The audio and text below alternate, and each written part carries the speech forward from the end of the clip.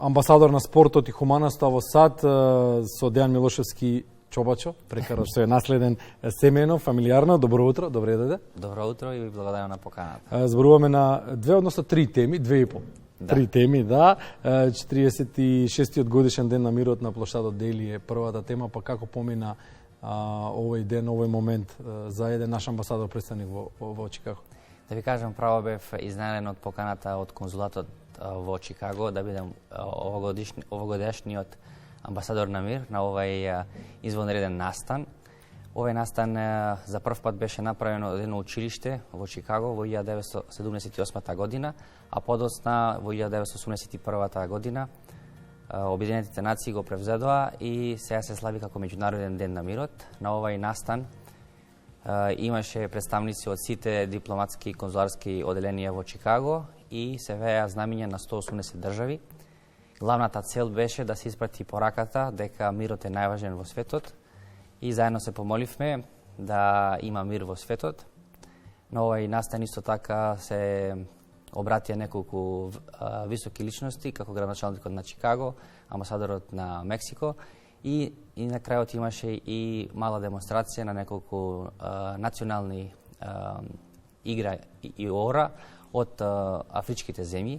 Се надевам дека следниот пат ќе излобираме и нашата македонска група, која што работи и твори во нашата црква Свети Кирил и Методи, ќе има шанса да го представи нашето македонско оро, што се надевам дека ќе биде интересен настан да го проследат и другите земји учеснички. Добро, велиш изненаден, па ние не сме изненадени од тоа што те поканиле со оглед на тоа што знаеме како нашите амбасадори се однесуваат во земјите каде што престојуваат, каде што живеат.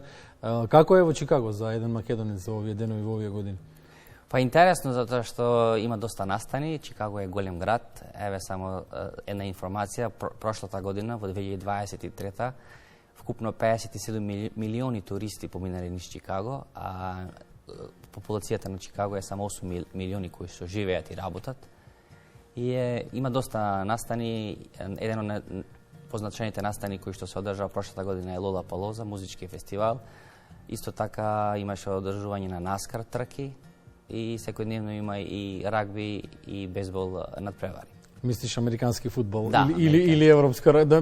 Не знам, можеби европско рагби е пренесено таму. Иако мислам дека не би дозволили американците некој да им го загрози имиџот на нивниот национален спорт, нели?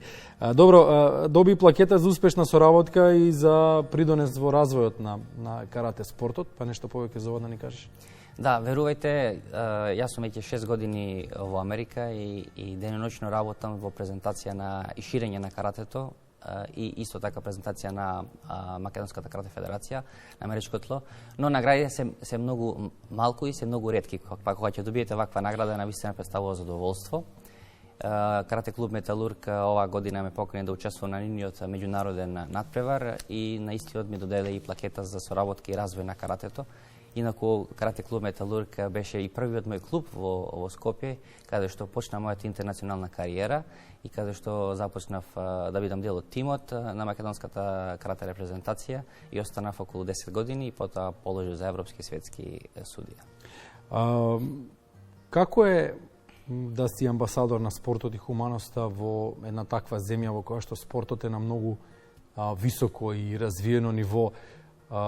Знаат ли за нашиот спорт таму, знаат ли за нашата земја, препознаваат ли нешто или ќе ти треба време, велиш 6 години, меѓутоа најверојатно ќе ти треба време да вложиш труд за да достигнеме некое ниво меѓу таа популација таму, која што е на високо ниво на опште се развој. Како што кажавте, во Америка, во Соединените американски држави, спортот е на многу високо ниво.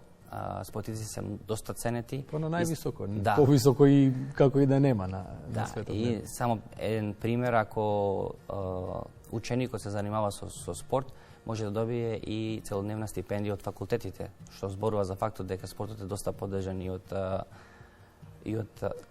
тој аспект. Јас, кога се пресели во Соединените американски држави, имав проблем кога прв пат настапив во првите неколку месеци. Луѓето и колегите не знае од која држава потекнувам, кога ќе кажеш дека потекнуваш од Македонија, вика ова е дел од Шпанија, Јужна Америка.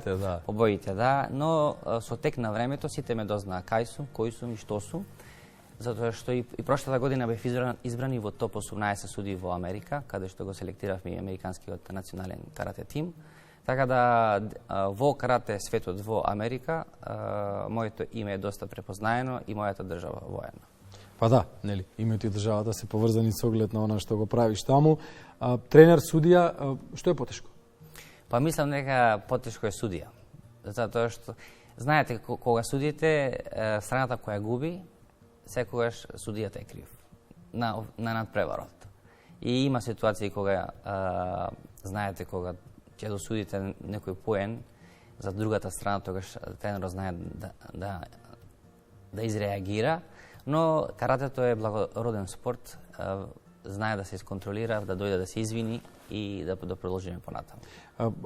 Улогата на тренер е исто така благородна улога, со оглед на тоа што се работи нели и со најмладите, се работи на формирање на личноста кај во која било возраст, па и кај највозрастните, нели секогаш човекот учи додека е жив, може да се моделира ако човекот сака. Какви се условите за работа за каратето во Соединетите американски држави?